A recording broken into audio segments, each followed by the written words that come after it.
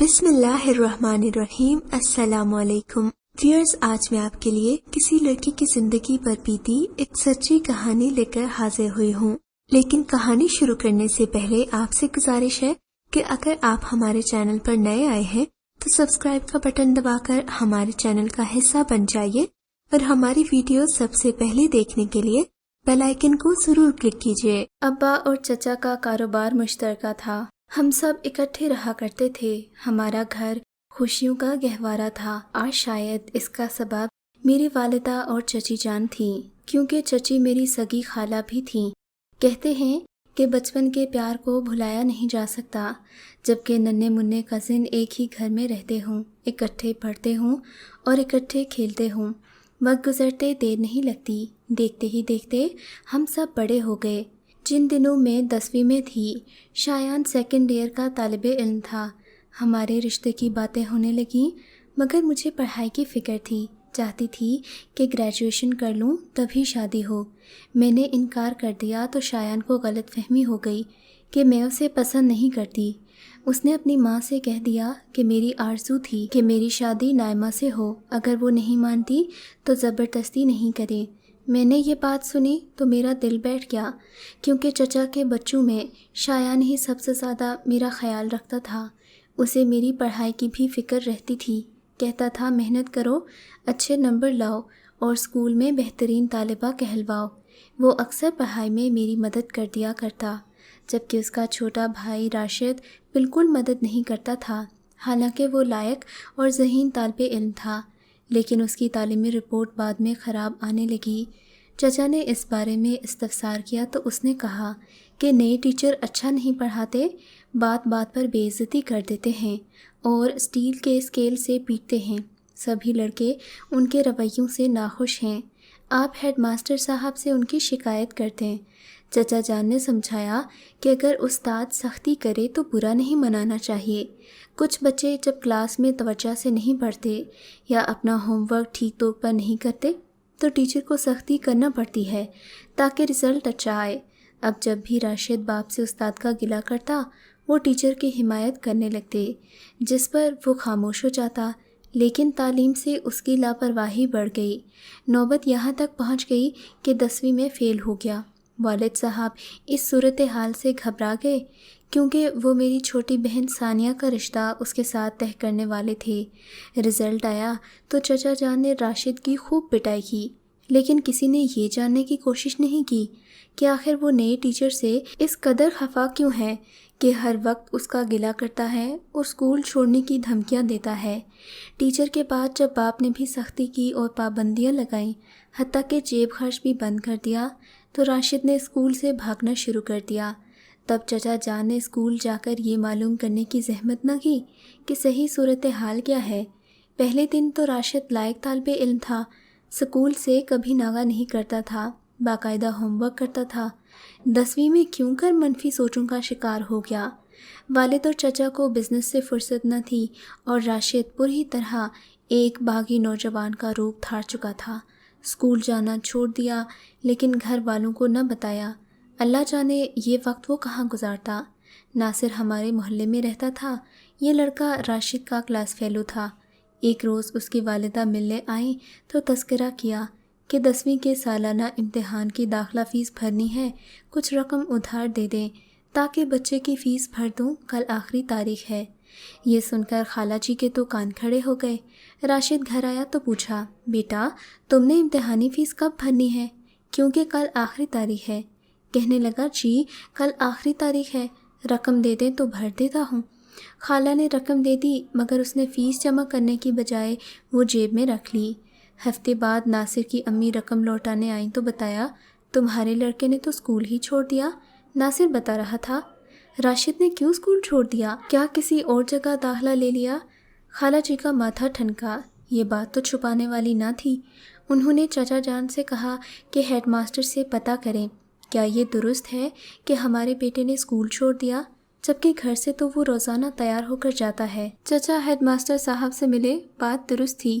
انہیں بے حد غصہ آیا، آؤ دیکھا نہ تاؤ، گھر آ کر راشد کی خوب پٹائی کی، جس پر وہ گھر سے ہی متنفر ہو گیا۔ اب وہ سارا وقت گھر سے باہر گزارتا، چچا بے عزتی کرتے اس پر اثر نہ ہوتا۔ تبھی میں سوچتی پہلے تو ایسا نہیں تھا، آخر ایسا کیا ہو گیا؟ مسلسل جب استاد کا گلہ کرتا تو چچا کو اس وقت اس کی شکایت پر توجہ دینی چاہیے تھی۔ والدین کی ناانصافی سے مایوس ہو کر نوجوان غلط راہوں پر چل نکلتے ہیں۔ اب وہ غلط قسم کے دوستوں کے ساتھ غلط سرگرمیوں میں ملوث ہو گیا۔ وقت گزرتا گیا، شایان نے تعلیم مکمل کر لی، میرا اس کے ساتھ نکاح کر دیا گیا۔ رخصتی میرے سالانہ امتحان کے بعد ہونی تھی۔ امتحان میں ابھی 2 دن باقی تھے، مگر دادا جان سخت بیمار تھے، چاہتے تھے کہ ان کی زندگی میں بھی یہ رسم ادا ہو جائے، لہٰذا امتحان سے 2 ماہ قبل نکاح کرنا پڑا تاکہ وہ یہ خوشی دیکھ لیں۔ میرے اور شایان کے نکاح کو 1 ماہ گزرا تھا کہ دادا جان کا انتقال ہو گیا۔ گھر پر ان کی وفات کی وجہ سے سوگواری طاری تھی، لیکن راشد خوش باش تھا، اس کے معمولات میں کوئی فرق نہ آیا۔ صبح وہ اکیڈمی میں ٹیوشن پڑھنے کا کہہ کر نکلتا اور شام کو والد اور چچا کے آنے سے کچھ دیر پہلے گھر میں قدم رکھتا۔ خالہ کچھ کہتی تو ان سے جھگڑ پڑتا۔ وہ خاموشی اختیار کر لی تھی کہ جوان اولاد ہے، اگر باپ سے شکایت کی تو ان کے منہ کو نہ آ جائے۔ انہی دنوں یہ واقعہ پیش آیا۔ راشد اپنے دوست کے ساتھ ایک گرلز کالج کے سامنے کھڑا تھا۔ ایک لڑکی گزری تو دونوں اس کے پیچھے ہو لیے۔ راشد لڑکی پر فکرے کسنے لگا۔ اسے معلوم نہیں تھا کہ لڑکی کے بھائی کا سامنے ہی جنرل سٹور ہے۔ وہ یہ بدتمیزی دیکھ رہا تھا، اس سے برداشت نہیں ہو سکا۔ اس نے سٹور سے باہر آ کر راشد کا گریبان پکڑ لیا۔ اتنے میں دوسرا بھائی بھی آ گیا۔ دونوں نے مل کر میرے کزن کی پٹائی شروع کر دی۔ یہ آپس میں دست و گریباں ہو گئے۔ راشد کے دوست نے جیب سے چاقو نکال کر وار کر دیا۔ چاقو لڑکی کے بڑے بھائی کو لگا اور وہ موقع پر ہی جاں بحق ہو گیا۔ خون کا فوارہ اس کے پہلو سے ابلتے دیکھ کر راشد خوفزدہ ہو گیا۔ لوگ اکٹھے ہونے لگے۔ وہ وہاں سے سرپٹ بھاگ نکلے اور اپنے دوست کے گھر جا کر چھپ گئے۔ جس دوست نے چاقو مارا تھا وہ بھی بھاگ نکلا۔ اس کے والد نے پولیس میں رپورٹ درج کروا دی۔ ادھر دوست نے بھی کہہ دیا کہ اب میں زیادہ دن تمہیں اپنے گھر پناہ نہیں دے سکتا۔ اگر میرے والد کو علم ہو گیا کہ قتل تمہاری وجہ سے ہوا تو وہ مجھے بھی گھر سے نکال دیں گے۔ ہم راشد کے لیے پریشان تھے اور چچا اس کی گمشدگی کی وجہ سے نیم جان ہو رہے تھے کہ وہ اچانک ہی گھر آ گیا۔ جلد ہی پولیس اسے تلاش کرتی ہوئی گھر آ پہنچی۔ چچا اس واقعے سے حواس باختہ ہو گئے۔ والد صاحب نے پولیس کو ہر طرح کی ضمانت دینا چاہی، مگر وہ نہ مانے اور راشد کو پکڑ کر لے گئے۔ جب اولاد سے ایسی حرکت ہو جائے تو والدین کے لیے یہ گھڑی قیامت سے کم نہیں ہوتی۔ عزت کے ساتھ ساری زندگی کی جمع پونجی بھی داؤ پر لگ جاتی ہے۔ والد اور چچا نے دولت کو پانی کی طرح بہا دیا۔ یوں راشد کی جان تو بچ گئی، مگر برسوں کا جمع جمایا کاروبار اس المناک واقعے کی نظر ہو گیا۔ مقتول کے ورثاء کو ہمیں بھاری رقم دینا پڑی، تب کہیں کیس خارج ہوا۔ اس کے بعد چچا جان صدمے سے گھر بیٹھ گئے۔ چچا نے بچا کھچا کاروبار سنبھال تو لیا، مگر پہلے جیسی بات نہ رہی۔ بس ہم راشد کی وجہ سے کوڑی کوڑی کے محتاج ہونے سے بال بال بچ گئے۔ والد صاحب کی اچھی ساکھ مارکیٹ میں کام آ گئی۔ اس موقع سے پھوپھو جان نے فائدہ اٹھایا، جو یہ چاہتی تھیں کہ دادا کی جائیداد میں ان کو برابر کا حصہ مل جائے، جبکہ چچا ایسا نہیں چاہتے تھے۔ پھوپھو نے والد صاحب کے کان بھرنا شروع کر دیے کہ تم نے ناحق اپنی بیٹی کا رشتہ رفاقت بھائی کے لڑکے کو دے دیا۔ میرا بیٹا انجینئر ہے، اس کا مستقبل شاندار ہے۔ میری یہ آرزو تھی کہ نائمہ کا رشتہ اپنے بیٹے کے لیے لے لوں۔ اللہ جانے تم نے اتنی جلدی کیوں کی؟ بھلا ان کے بچوں کا کیا مستقبل ہے جو ابھی تک تمہارے محتاج ہیں؟ ایک بیٹا فسادی کام چور اور دوسرا محض BA پاس، بھلا اسے کہاں اچھی ملازمت ملے گی؟ میری مانو ابھی بھی وقت ہے۔ تمہارے بھائی کا اب غربت سے نکلنا مشکل ہے، اپنی بیٹی کے مستقبل کی سوچو۔ بار بار بہن نے ایسی باتیں کیں تو والد بھی سوچ میں پڑ گئے کہ واقعی جب بھائی کے بیٹوں کا یہ حال ہے تو میری بیٹی کیسے گزارا کرے گی؟ کہیں اسے عمر بھر محنت مشقت کی چکی پیسنی نہ پڑ جائے۔ ابھی وہ اسی سوچ میں تھے کہ چچا نے گھر کے بٹوارے کا مطالبہ کر دیا۔ انہوں نے کہا کہ اپنا حصہ بیچ کر اس روپے سے کوئی کاروبار کروں گا، خود کرائے کے مکان میں رہ لوں گا۔ والد نے سوچا میں کب تک ان کا ساتھ دوں گا، ان کا کنبہ بھی کب تک پالوں گا، جبکہ راشد کا کچھ پتہ نہیں کب کوئی گل کھلا دے۔ انہوں نے آدھے مکان کے درمیان دیوار اٹھا دی اور وہ حصہ چچا کے حوالے کر دیا۔ بولا اب تمہاری مرضی، اس میں رہو یا بیچ کر کاروبار کر لو، لیکن میں اب بھی یہی کہوں گا کہ اپنا ٹھکانہ بیچ دیا تو دربدر ہو جاؤ گے، ساتھ ہی میری بیٹی بھی تمہاری بہو بن کر دربدر ہوگی۔ انہوں نے آدھا گھر بھائی کو دے دیا۔ ادھر والدہ کے کان کھانے لگے کہ یہ تو ہو گئے مفلس، ہماری بیٹی کو خوش نہیں رکھ پائیں گے، کیوں نہ ہم آپا سجیلا سے بات کر لیں، ان کا بیٹا لائق فائق ہے، یونیورسٹی میں ٹاپ کیا ہے، وہ سچ کہتی ہیں، محض ایک BA پاس کا انجینئر سے کیا مقابلہ، اس کا مستقبل روشن نہیں۔ بہن اپنا حق مانگتی ہے تو اس میں بھی کون سی غلط بات، اس کا شرعی حق ہے، لیکن اگر بھائی کو یہ حق بھی آپا کو دینا منظور نہیں تو میں ان کی کوئی حمایت نہیں کروں گا۔ امی کے دل میں خالہ کا پیار تھا، وہ رشتہ توڑنے پر آمادہ نہیں تھیں، کہتی تھیں اچھے برے دن آتے جاتے رہتے ہیں، اس پر خونی رشتے ٹوٹ نہیں جاتے، اب تو نائمہ اور شایان کا نکاح بھی ہو چکا ہے، منگنی نہیں ہے کہ توڑ دیں، ایسی باتیں مت سوچو، بیٹی کی قسمت میں جو ہے اسے مل کر رہے گا۔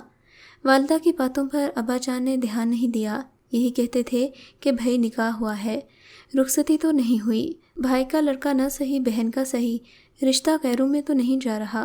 ابا جان کی نیت بدل گئی، پھپھا کافی امیر آدمی تھے، بھائی اب متعلق قریب ہو چکا تھا، چچا کے گھر میں مفلسی نے ڈیرے ڈال دیے، ادھر راشد ہمارے خاندان کے لیے مسلسل جیتے جاگتے خطرے کی نشانی بن چکا تھا، جس کی وجہ سے ڈر تھا کہ کوئی دوسری مصیبت نہ آ جائے۔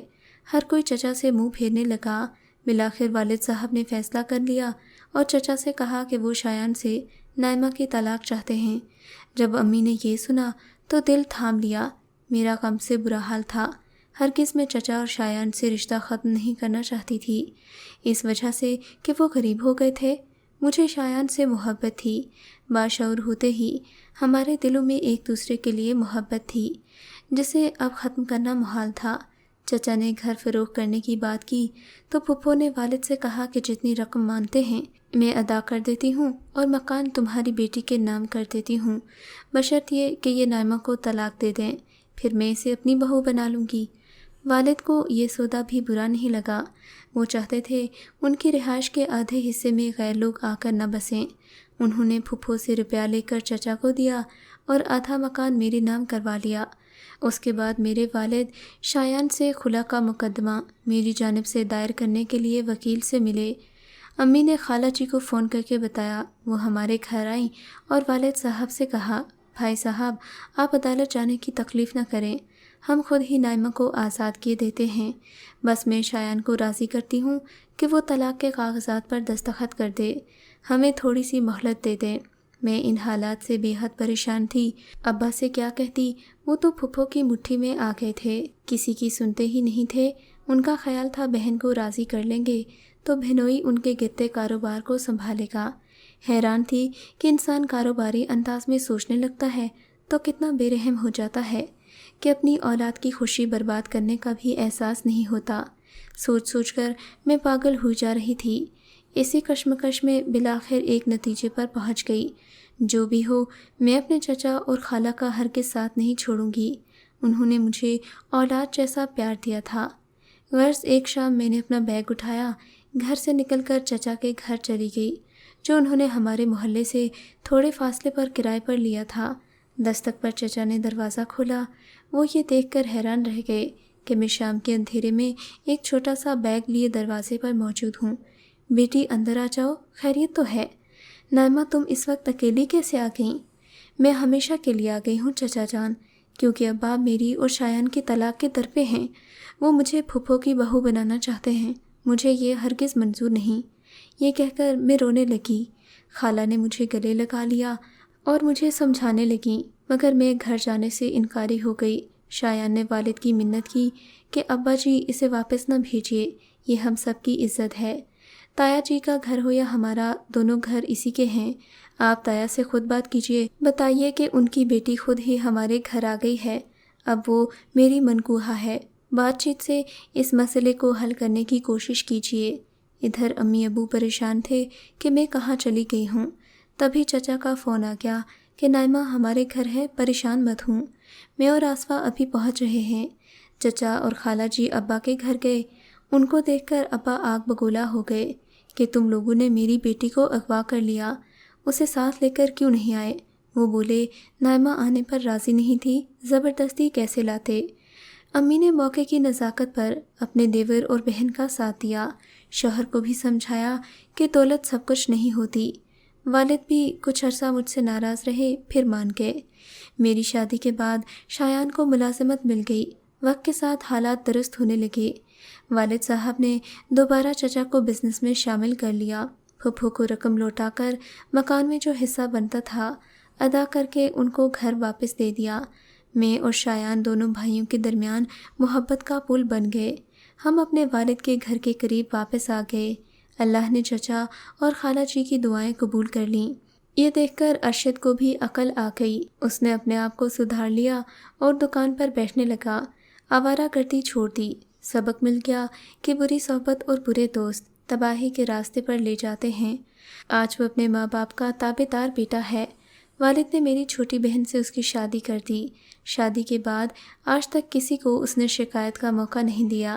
ایک انسانی جان جانے کا اسے بھی دکھ ہے، اور اس خطا کے بدلے مقتول کے وارثوں کو اس کے والد نے جو سرمایہ نظر کیا تھا اس کا بھی اسے بے حد احساس ہے۔ خدا کرے وہ یوں ہی رہے اور کبھی اپنی روش پر لوٹ کر نہ جائے۔ آپ کو اگر یہ کہانی اچھی لگی ہے تو اس ویڈیو کو لائک کیجیے، اور اس طرح کی مزید کہانیاں سننے کے لیے ہمارے چینل کو ضرور سبسکرائب کیجیے۔ کہانی سننے کا شکریہ۔ آپ سے ملاقات ہوگی اگلی ویڈیو میں، تب تک کے لیے اللہ حافظ۔